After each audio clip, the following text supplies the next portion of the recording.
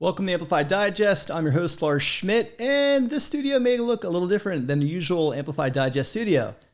That's because it is. This is my actual studio in my actual office, and I am experimenting with using this as opposed to using the virtual background that I've been filming for the Amplify Digests over the last year. So I'd love your thoughts. How do you feel about having the actual background?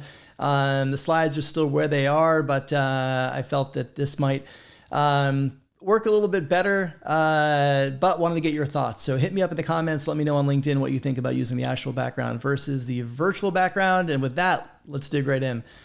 Lots of great content this week, but I have to start with this one. The team at Pin have really been generous with their open source shares over the last 2 years, particularly in the areas of crisis communication, which we've had a lot of. But this is just a treasure trove of resources for practitioners. It is a full-on open source library of all of their internal and employee communications templates. So this one is definitely worth your time, definitely worth a bookmark, and a big hat tip to the entire Pin team for this very generous share with all of us. Katie Burke and the team at Hubspot have a new piece posted in Quartz around the role of vulnerability in performance. And, I'm a huge fan of Katie. I think that the way that she approaches leadership in this space is just spot on for the times that we're in right now. And she's always leading by example, and she's always leading from the front. And it was interesting to, read this Quartz piece to learn a little bit more about how kind of vulnerability plays into performance. And it gets into how they actually offer therapy for all employees as one of their benefits. And I think it's just an incredible, way to think about performance and vulnerability. We've talked on the show about vulnerability at the leadership level, but really, I think when you can build that skill and capability and psychological safety to show up in that way, big things can happen. And that is a transition to the next piece from HBR on the role of psychological safety in building resiliency within the organization. And it gets into a range of, benefits and values from innovation to inclusion and so much more. But when you have an environment that really prioritizes psychological safety, your employees can show up in a way that is more authentic to who they are, but actually adds more value to the organization and through that, more value to the bottom line. So this piece is definitely worth your time.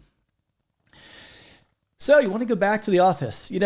I'm sure you're all tired of the remote versus office debate, and I've been covering it extensively on the digest, so I'm probably feeding a bit of that as well. But, this piece is probably a bit of an overly critical, maybe, tongue-in-cheek slightly view towards returning to the office. And I think, again, for those of us who have been working remotely for over 2 years, we've developed different rhythms, ways that we work. We got accustomed to the environment around us in terms of how we work and noise and distractions and all those things. And when you're in an office, a lot of us don't have, those of us who work in jobs that were able to work remotely don't have that same muscle memory around, like people popping by your desk and noise and things like that, that when you were in a controlled home office environment, you likely didn't have. So it just touches on some of that adjustment that employees are finding when they're moving back to an office. Again, we've worked in office for generations. This is a shift that we will be accustomed to, but there may be some, hiccups and growing pains for those of us that, maybe had a very set way of working remotely and, now being not pushed back, but now being back in an office, the environment's going to be a little different. That's going to be an adjustment for some of us.